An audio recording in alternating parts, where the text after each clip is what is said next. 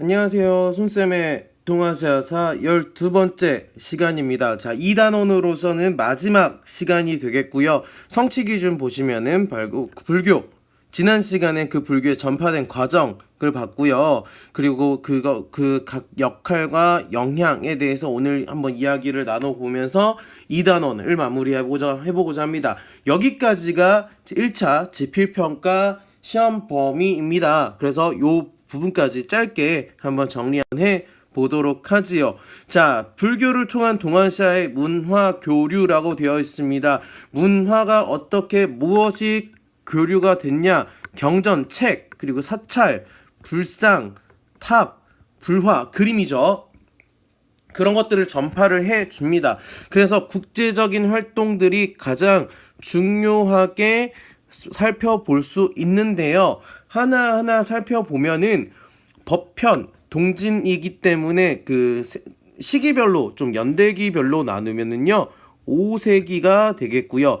현장이 한 7세기, 당나라 7세기고 감진이 8세기, 해초도 8세기, 엔닌이 한 9세기, 해자 담진 같은 경우는 7세기 정도 되겠습니다. 그래서 한 시기별로 구분을 해 놓는 게 좀 좋을 것 같아요. 그래서 시기별로 한번 살펴보면은요. 법편 같은 경우에는 인도에서 15년간 순례해서 불법을 연구하고 나서요.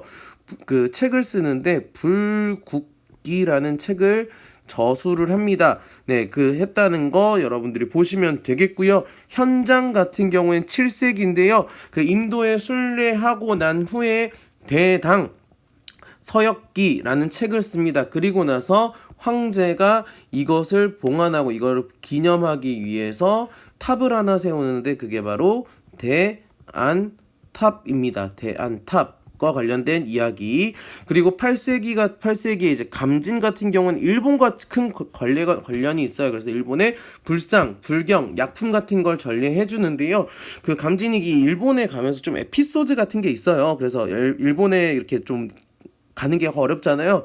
그래서 가면서 오진 그 풍파 이런 것들을 좀 많이 겪고 난 다음에 일본에 도착해서는 눈이 멀었다고 얘기를 합니다. 예, 그래서 감진 동상 같은 것들 보면은 감진이 눈을 감고 있는 모습이 좀 많이 보입니다.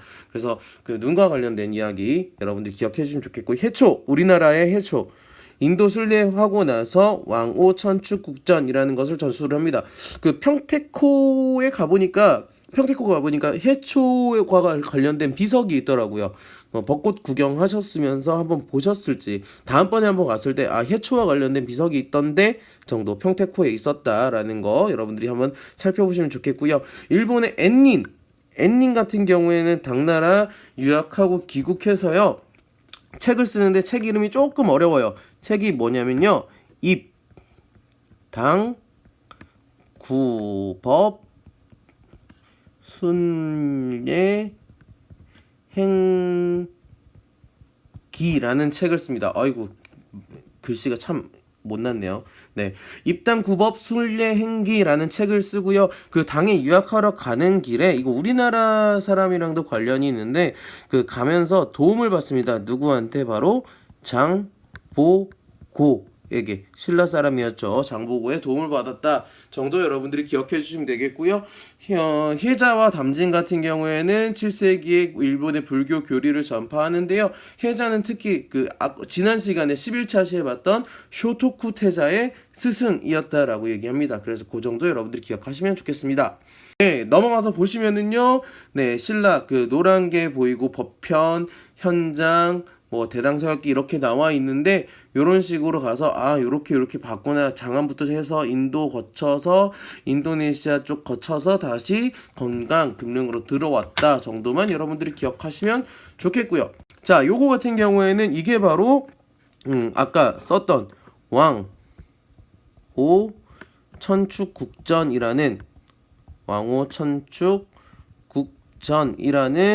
책입니다. 그 한자를 좀 뜻풀이를 해드리면은요, 왕오라는 거는요, 내가 갔다라는 겁니다.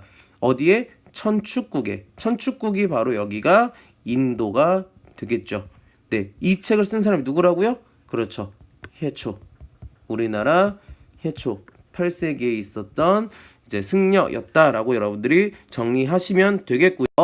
자, 그리고 나서 이제 동아시아의 불교 그 공통점이 있습니다. 공통점이 있는데 어떤 공통점이 있느냐?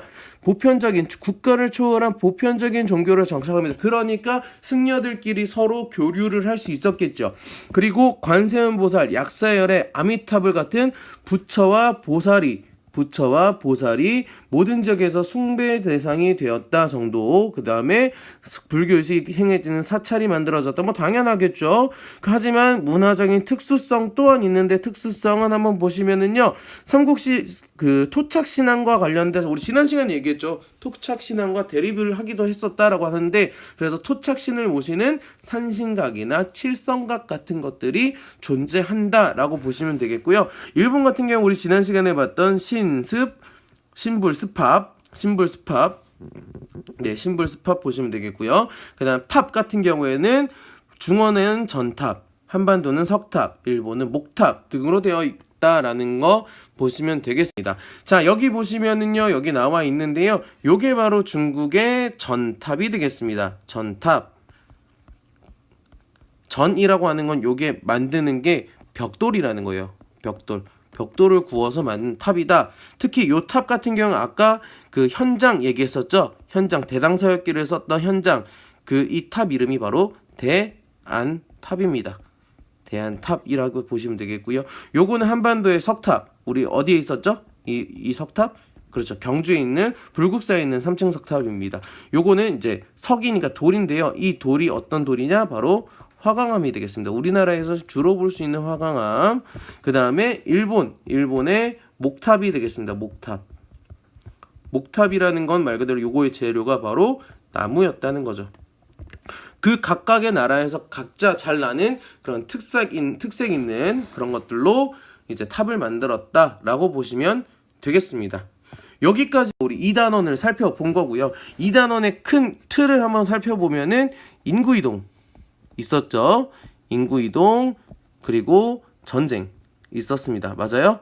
그러면서 삼국이 발전하고 일본이 위진남북조의 수당으로 가는 거 봤었고요.